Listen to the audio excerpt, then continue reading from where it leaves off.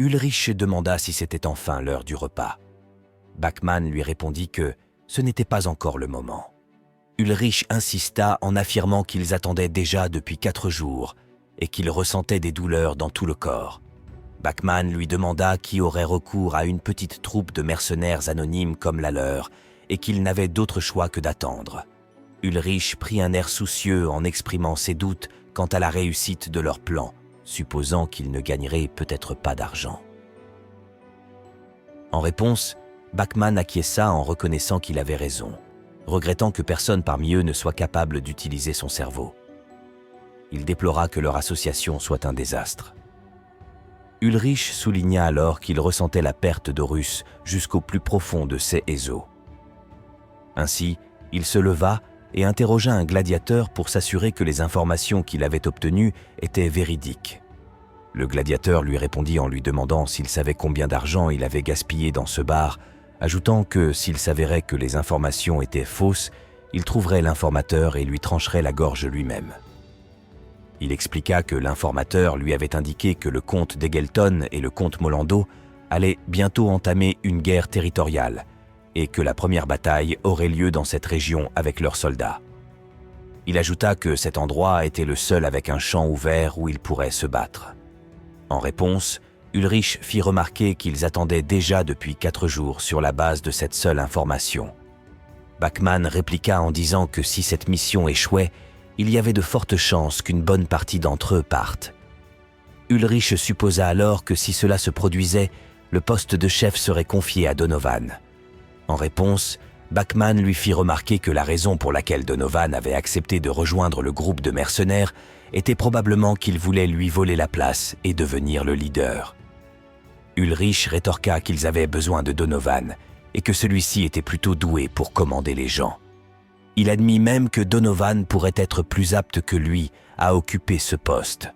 Backman se demanda alors pourquoi Donovan n'était pas entré dans l'armée, où il aurait eu une vie bien meilleure que celle d'un simple gladiateur. Pendant ce temps, Ulrich s'approcha du feu, impatient de déguster du cochon sauvage. Alors qu'ils s'apprêtaient à manger, un gladiateur vint les alerter que les 2 comtes étaient là, avec leurs armées, prêtes à s'affronter. Backman, déçu par ce mauvais timing, se leva. Ulrich leur ordonna de se taire et de rassembler leurs affaires. Il ajouta que dès qu'ils auraient terminé ce travail, il les nourrirait jusqu'à ce qu'ils n'en puissent plus. En regardant au loin, Ulrich admira les vrais soldats qui se préparaient pour le combat. Backman expliqua à Ulrich que le drapeau de l'armée de droite était l'ours rouge, tandis que celui de l'armée de gauche arborait le trident d'or. Il précisa que le comte d'Eggleton portait le drapeau de l'ours rouge, tandis que le comte Molando, celui du trident d'or. Ulrich estima qu'il y avait environ 100 hommes dans chaque camp et qu'ils pouvaient en faire ce qu'ils voulaient. Ainsi, ils se préparèrent à attaquer. Ulrich donna l'assaut et les gladiateurs se mirent en marche. De l'autre côté, le seigneur Molando proférait des insultes contre le comte d'Eggleton, se demandant comment celui-ci osait venir maintenant et revendiquer le règne de son grand-père. Il souligna que les fermes de la périphérie étaient sur des terres gouvernées par les Molando depuis 2 générations. Le général du comte Molandos affirma cependant que sur le papier, ces fermes étaient sur le territoire du comte d'Eggleton, leur donnant ainsi une raison valable de les revendiquer. Le comte Molandos supposa alors que les enregistrements de l'achat des terres agricoles n'avaient pas survécu, et que tout ce qu'ils pouvaient faire maintenant était de laisser la décision aux dieux rue. Le général expliqua que la taille de leur domaine ainsi que de leur population était à peu près les mêmes. Par conséquent, la situation du comte d'Eggleton ne devrait pas être différente de la leur. S'il a raison, Rue sera de leur côté. À ce moment, un garde alerta le comte en lui annonçant qu'un étranger souhaitait lui parler. Le comte demanda à l'étranger s'il était un envoyé du comte d'Eggleton. L'étranger lui répondit qu'il était l'envoyé d'un groupe de mercenaires stationnés dans la région. Le seigneur lui demanda alors qui était leur chef. L'envoyé mentionna un guerrier nommé Ulrich, ajoutant qu'il faisait partie de la troupe de gladiateurs d'Horus. Le comte lui répondit qu'il n'avait jamais entendu parler de ce Ulrich. Puis, il s'enquit du nombre de personnes qu'ils étaient. L'envoyé lui dit qu'ils étaient 22 tous des vétérans armés et expérimentés. Le général du comte intervint pour souligner que des mercenaires de qualité n'avaient rien à envier à l'armée régulière et que 22 d'entre eux étaient amplement suffisants pour faire la différence sur le champ de bataille. Le seigneur lui demanda alors pourquoi il devrait faire confiance et utiliser des mercenaires qui venaient d'apparaître juste avant une bataille. L'envoyé lui répondit que si le comte ne souhaitait pas les utiliser, il travaillerait sous les ordres du comte d'Eggleton et que probablement ce dernier proposait la même chose de l'autre côté. Furieux, le comte brandit son épée sur l'envoyé et lui demanda comment un simple mercenaire osait le menacer. Le mercenaire, se retrouvant dans une situation embarrassante, se reprochait d'avoir accepté de négocier juste pour un peu d'argent supplémentaire. Il supposa que le comte n'avait pas réellement besoin de mercenaires et annonça alors qu'il allait partir. Le comte lui demanda alors combien était son prix. De retour auprès d'Ulrich, celui-ci s'enquit du déroulement des négociations. L'envoyé lui expliqua que le comte Molando offrait 100 sils par personne, la moitié sur le butin, et qu'ils seraient les premiers à choisir leur part. Le second envoyé informa quant à lui que le comte d'Eggleton offrait 200 sils par personne. Il ajouta que le comte était prêt à payer davantage en fonction de leur contribution. Bachmann soutint que l'offre de d'Eggleton était nettement meilleure et qu'ils pourraient simplement prendre le butin pour eux-mêmes, même s'ils ne le proposaient pas comme paiement. Il souligna également que convertir le butin en argent était une véritable galère, et en plus, le prix de base offert par d'Eggleton était 2 fois plus élevé. En réponse, Ulrich proposa alors qu'ils restent avec le comte d'Eggleton. Sven refusa catégoriquement, affirmant qu'il était contre cette idée et que, selon lui, il devrait plutôt aller avec le comte Molando. Intrigué, Ulrich lui demanda pourquoi il pensait ainsi. Sven répondit qu'il ne croyait pas que d'Eggleton leur paierait 200 chacun. Ce n'était pas qu'il en était incapable, mais une telle somme restait considérable pour un comte avec un territoire aussi modeste. Ulrich supposa donc qu'il n'y avait aucune chance que le comte d'Eggleton donne autant d'argent à un groupe de mercenaires anonymes comme le leur. Donovan souligna que l'offre de Molando semblait beaucoup plus crédible. Sven acquiesça, ajoutant que tout ce qu'ils avaient à faire était de recevoir 2200 sils en liquide.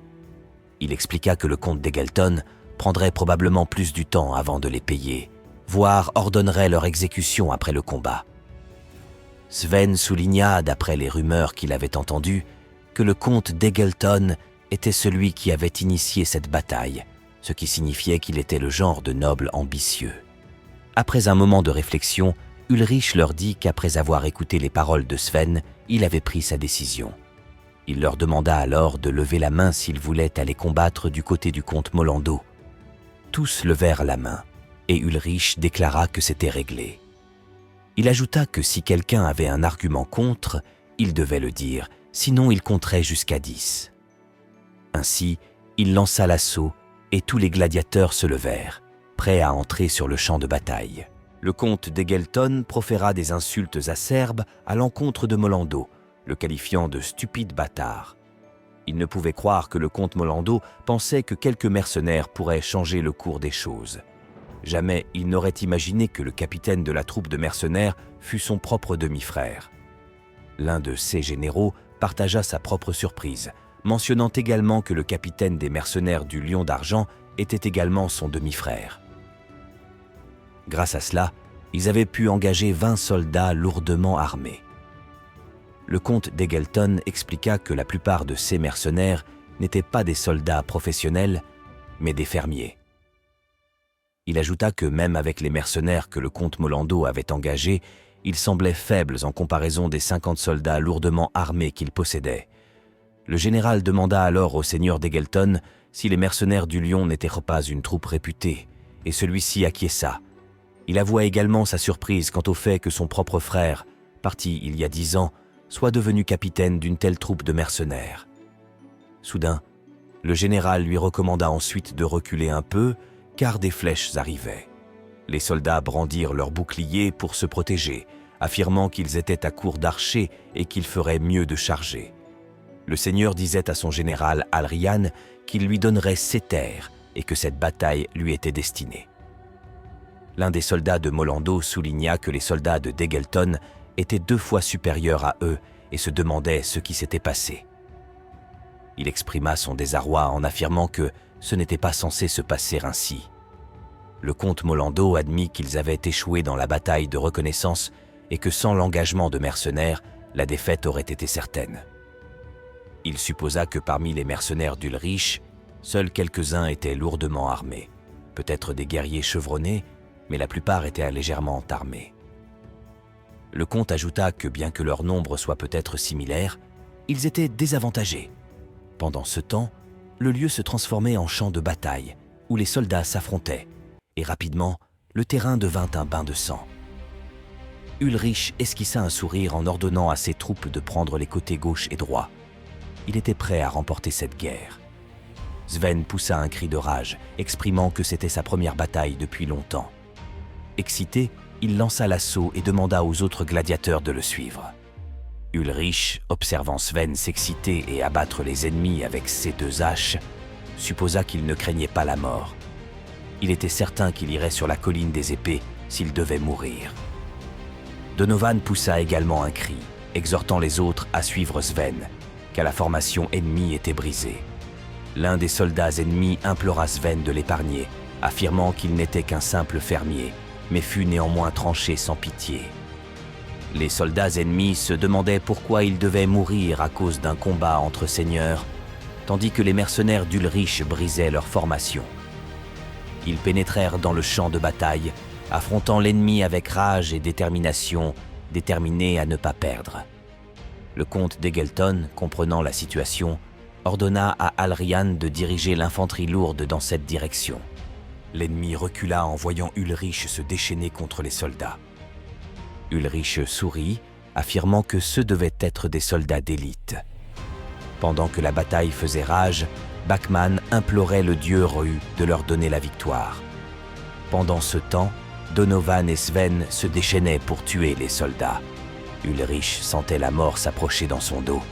Il déclara que l'ennemi ne reculerait pas tant qu'on ne leur aurait pas coupé la gorge. Il ajouta que lorsqu'on rencontre des guerriers comme eux, il faut s'assurer de les avoir tués. Soudain, une lance se dirigea vers lui, mais d'un geste vif, il esquiva la flèche en bougeant la tête. Furieux, Ulrich se tourna et déclara qu'il avait failli mourir. Intrigué, le soldat qui l'avait attaqué lui demanda comment il avait pu esquiver sa lance sans même le regarder.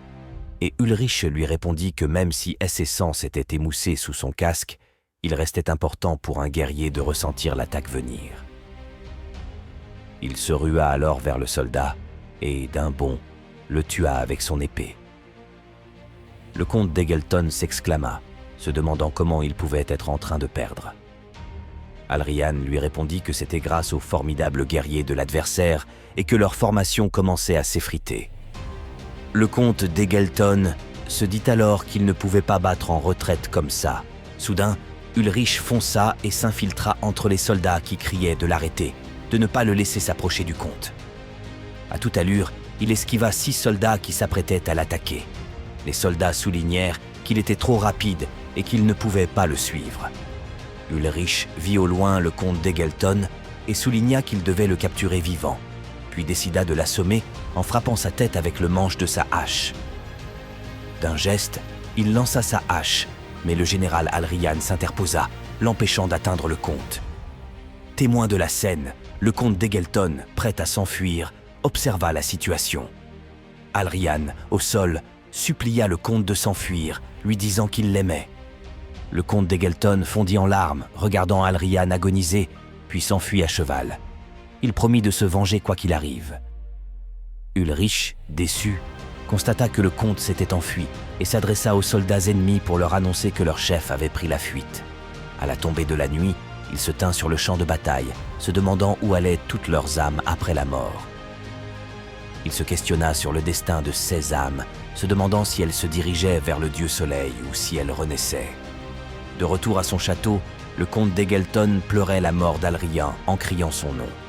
Il demanda au seigneur Ru s'il était revenu dans ses bras. Il supplia le seigneur Ru de lui dire quand il renaîtrait et s'il serait avec lui. Le comte d'Egelton continuait de prier et de pleurer la mort d'Alriane, affirmant que ce monde n'avait aucun sens sans lui. Soudain, quelqu'un entra. Le comte reprocha au garde d'avoir laissé entrer quelqu'un alors qu'il avait ordonné de ne laisser personne passer. L'homme lui dit qu'il serait peut-être préférable d'abandonner cette terre agricole. Il s'agissait de Garcio, son grand frère, qui lui conseilla de ne pas poursuivre une bataille plus grande. Il lui suggéra d'envoyer des émissaires pour négocier un traité de paix. Le comte d'Eggleton répliqua que la bataille n'était pas encore terminée, qu'il avait quelqu'un à venger. Garcio lui demanda s'il parlait de son amant décédé. d'Eggleton, surpris, lui demanda comment il le savait. Garcio lui révéla que leur défunt père le savait probablement aussi, mais que personne n'avait rien dit parce qu'il s'était marié et avait eu des enfants avec une femme. d'Eggleton supplia alors Garcio de lui prêter les mercenaires du Lion d'Argent. Garcio lui expliqua qu'il était le chef des mercenaires du Lion d'Argent, mais que ses subordonnés n'étaient pas loyaux envers lui, mais envers l'argent. S'il voulait vraiment se venger, il devait les engager avec de l'argent. d'Eggleton lui répondit qu'il le savait également, mais que les terres agricoles dont il revendiquait les droits ne valaient pas la peine d'engager l'ensemble des mercenaires du Lion d'Argent.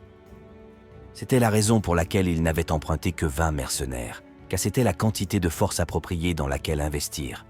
Cependant, pour sa vengeance, ce ne serait pas du gaspillage d'engager tous les mercenaires du Lion d'Argent en jetant plusieurs pièces sur la table. Il demanda à Garcio, en tant que chef des mercenaires du Lion d'Argent, de l'assister dans sa vengeance. Garcio rétorqua que la vengeance de son frère était aussi la sienne et qu'il était prêt à en déduire de son salaire pour aider. Pendant ce temps, du côté de Molando, les soldats discutaient entre eux.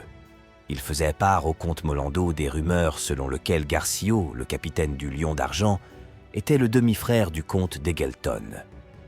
Un autre soldat suggéra au comte Molando qu'il serait peut-être préférable de trouver un accord et de vendre les terres agricoles afin de préserver au moins quelque chose. Il lui conseilla de prendre une décision, se battre ou négocier. Le comte Molando souligna que s'il perdait cette bataille, ce serait une défaite si grave qu'il ne pourrait pas s'en remettre même après 20 ans. Les frais de guerre et de réparation pourraient mettre la trésorerie de Molando en faillite. Il nota également que le comte d'Eggleton prenait le même risque. Le comte Molando affirma qu'il était aussi un homme et qu'il ne reculerait pas comme un lâche. Ulrich entra et annonça qu'il avait entendu dire que la bataille n'était pas encore terminée. Le comte Molando, arborant un sourire, lui fit remarquer qu'il n'était pas parti en courant après avoir entendu le nom des Lions d'Argent. Ulrich se tourna alors vers Bachmann et lui demanda si les Lions d'Argent étaient vraiment aussi redoutables. Surpris, le comte Molando lui fit remarquer qu'il est un mercenaire, mais il semblait ne pas connaître les mercenaires du Lion d'Argent. Ulrich répondit qu'il n'était pas obligé de les connaître tous, soulignant que personne dans la pièce n'avait jamais vu les mercenaires du Lion d'Argent de ses propres yeux. Il les exhorta à ne pas tirer de conclusions hâtives et à ne pas céder à la peur. Bachmann répliqua qu'effectivement, les mercenaires du Lion d'Argent étaient redoutables et que dans le monde des mercenaires, aucune réputation n'était une erreur. Ulrich se tourna alors vers le comte et lui demanda s'il comptait se battre ou non. Le comte Molando demanda alors si leur groupe se joindrait à eux s'ils choisissaient de se battre.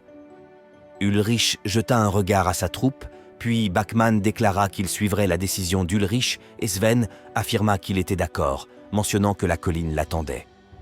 Cependant, Donovan exprima son désaccord, estimant que se battre avec les Lions d'Argent n'était pas une bonne idée. Il expliqua que ces mercenaires étaient habitués aux grandes batailles et que même si leurs compétences individuelles en combat étaient similaires, la différence de nombre accentuerait leur avantage. Ulrich lui demanda s'il voulait désister, mais Donovan, furieux, lui répondit qu'il ne savait pas quand battre en retraite et supposa qu'il mourrait assez rapidement à ce rythme. Bachmann riposta à Donovan en lui rappelant qu'ils avaient accepté de suivre la majorité depuis le début et qu'ils n'avaient pas le choix.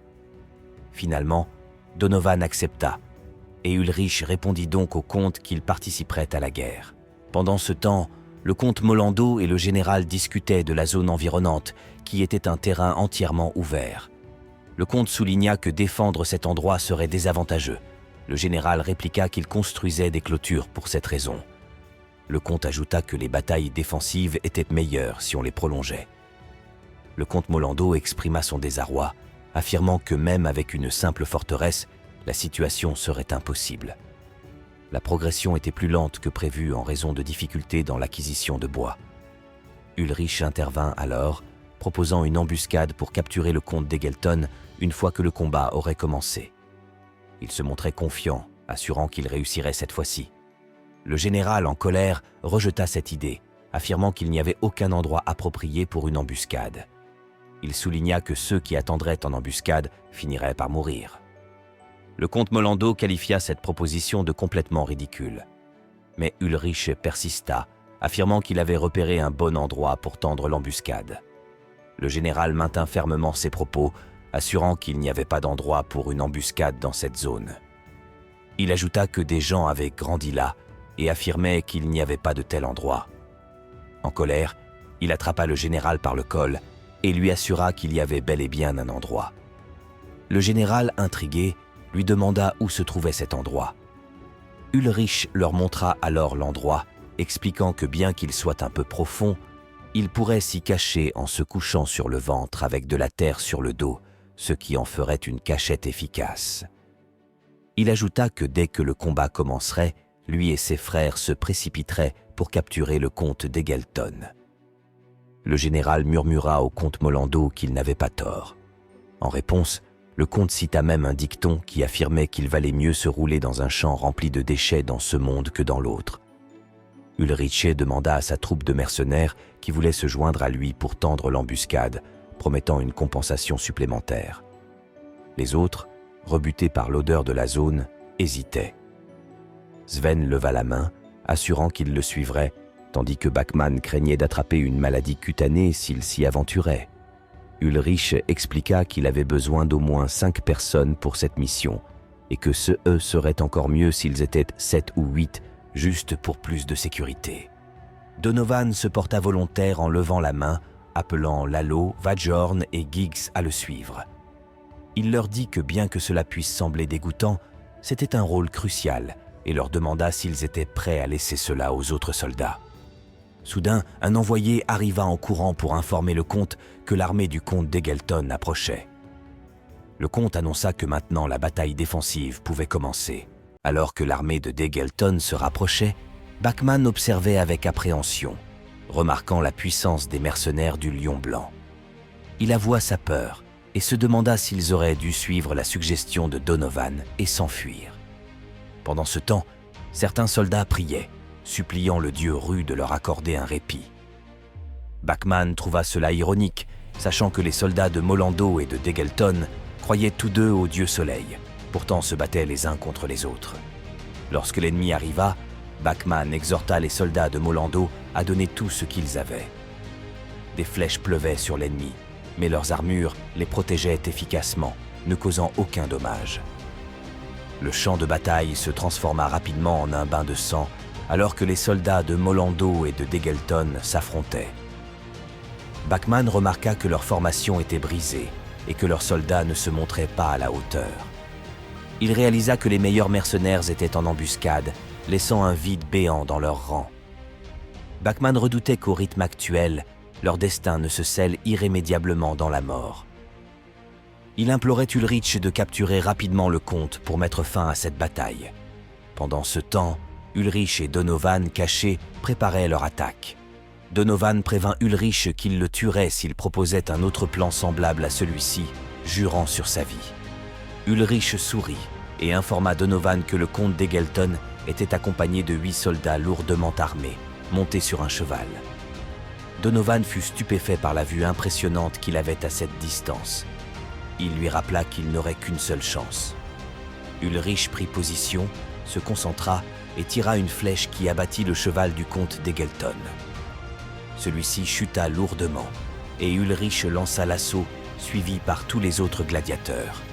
Il se dirigea vers le comte d'Egelton et lui lance sa hache, mais Garcio s'interposa avec son épée. Gracio les félicitait pour leur idée ingénieuse. Il n'aurait pas pensé qu'ils se cacheraient à cet endroit. Ulrich remarqua que malgré son apparence juvénile, Garcio arborait déjà une chevelure blanche. Garcio mentionna avoir entendu parler de mercenaires compétents combattant aux côtés du comte Malondo, suggérant que ceux devaient être eux. Puis il proposa à Ulrich et sa troupe de mercenaires de les rejoindre dans les rangs des mercenaires du Lion d'Argent. Ulrich, reconnaissant pour l'offre, déclina poliment, affirmant qu'il ne servirait pas sous le commandement de quelqu'un qu'il considérait inférieur. Garcio, exprimant son regret, attaqua rapidement, mais Ulrich bloqua habilement son assaut avec son épée. Il souligna alors que Ulrich n'était pas du genre à rester sur la défensive et devait mener l'offensive, pressentant l'urgence de conclure avant d'être encerclé. Ulrich, utilisant sa force et sa maîtrise, bloqua à nouveau l'attaque de Garcio d'une seule main et profita d'une ouverture pour blesser son adversaire. Garcio, surpris de la capacité de l'épée à briser son armure et à le blesser, réalisa alors qu'il s'agissait de l'épée impériale en acier. Intrigué, il interrogea Ulrich sur sa véritable identité, étant donné qu'il possédait une arme d'une telle qualité. Ulrich esquissa un sourire en entendant les os de Garcio craquer, lui faisant remarquer que cela devait être douloureux. Pendant ce temps, Garcio réfléchissait rapidement, réalisant qu'il devait gagner du temps pour inverser le cours du combat. Il donna alors l'ordre à son frère Degelton de ne pas se retourner et de fuir, sachant que tout serait perdu s'il l'attrapait. Degelton prit la fuite, suivi de près par Ulrich, qui le poursuivit sans hésitation. Garcio ordonna à ses soldats d'attraper Ulrich pour ne pas lui permettre d'atteindre le comte. Cependant, Ulrich, avec une rapidité étonnante, rattrapa le comte et lui tint son épée contre la gorge. Désemparé, Degelton implora Ulrich de le laisser tranquille, le traitant d'assassin d'Alrian. Ulrich lui conseilla de rester calme s'il voulait survivre, menaçant de lui briser le bras s'il ne donnait pas l'ordre d'arrêter le combat. Ignorant les insultes de Degelton, Ulrich lui asséna un coup à l'œil avec son épée, exigeant qu'il ordonne à Garcio de retirer ses troupes du champ de bataille pour mettre fin au conflit. Garcio, réalisant que la situation est désespérée, admit à contre-cœur qu'il n'avait plus d'autre choix. Il dégaina un couteau et le lança en direction d'Ulrich et de son frère. Le couteau transperça le cœur du comte Degelton, qui, dans un souffle final, demanda à Garcio comment il avait pu commettre un tel acte. Dévasté par ses propres actions, Garcio jeta son épée et s'adressa à Ulrich, lui demandant de l'emmener chez le comte Molando afin de négocier un traité de paix. Le protagoniste conduisit Garcio au comte Molando qui, surpris, demanda à Ulrich ce qui s'était passé. Il expliqua que le comte Degelton était mort et que Garcio prétendait être son frère, affirmant qu'il voulait hériter de la maison du défunt comte. Choqué par la nouvelle de la mort de Degelton, le comte Molando lui reprocha d'avoir enfreint son ordre de ne pas tuer le comte Degelton. Le protagoniste se défendit en expliquant qu'il n'était pas responsable, mais que c'était plutôt son propre frère qui avait commis le meurtre. Il ajouta que dès qu'il avait capturé le comte, son frère l'avait tué de sang-froid avec un couteau. Le comte Molando, incrédule, se tourna vers Garcio et lui reprocha d'avoir commis un tel crime contre sa propre famille. En réponse, Garcio défia le comte Molando, lui demandant s'il souhaitait poursuivre le combat. Il souligna que même s'ils venaient à mourir dans cette guerre, ses soldats continueraient à se battre jusqu'à ce qu'ils aient pillé leurs ennemis. Le comte Molando lui rappela alors que le comte Degelton avait encore un enfant et que par conséquent, Garcio n'hériterait pas du titre de comte. Garcio riposta en affirmant que ce ne serait pas un obstacle, proposant simplement de se marier avec la veuve de son frère, puis d'adopter son fils. Il considérait cela comme une solution simple. Le comte Molando lui fit remarquer que pour devenir comte, Garcio devrait cacher le fait qu'il ait tué son propre frère de ses propres mains. Il soupçonna Garcio d'avoir prévu cela depuis le début. En réponse, Garcio expliqua qu'il devrait étouffer toute rumeur ou propagande sur l'événement jusqu'à ce que sa position soit sécurisée.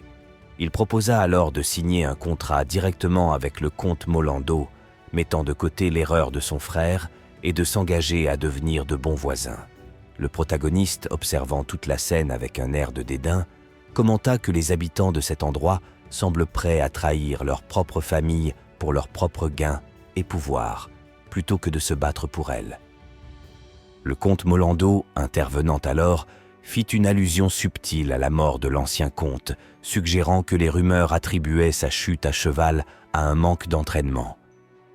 Le protagoniste trouva cette conversation ennuyeuse, comprenant bien la nature de la guerre et de la politique locale.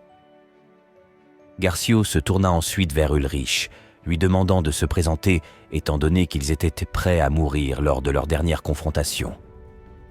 Le protagoniste, se retournant vers Garcio, déclara son nom fièrement, Ulrich le barbare. Dans ses pensées, il se disait qu'en d'autres circonstances, il aurait déjà fendu le crâne de Garcio en deux. Garcio, reconnaissant le talent d'Ulrich, l'invita à rejoindre sa troupe de mercenaires du Lion d'Argent, lui promettant une rémunération généreuse s'il acceptait de travailler pour lui. Intrigué, Ulrich posa la question fatidique à Garcio. Était-ce son plan depuis le début de tuer son frère? Il souligna qu'il aurait été plus facile de protéger le comte d'Eggleton en le laissant à proximité, mais Garcio l'avait plutôt incité à s'enfuir, lui offrant ainsi l'opportunité de le rattraper. Garcio, reconnaissant la force d'Ulrich, lui expliqua qu'il ne pouvait pas comprendre. Pour lui, en tant qu'enfant illégitime, on lui avait toujours dit qu'il ne deviendrait jamais comte. Il voyait cela comme un défi à son destin, une chance de vaincre les préjugés qui le condamnaient. Le protagoniste, perplexe, ne pouvait saisir l'importance que Garcio attachait à devenir comte au point de tuer son propre frère.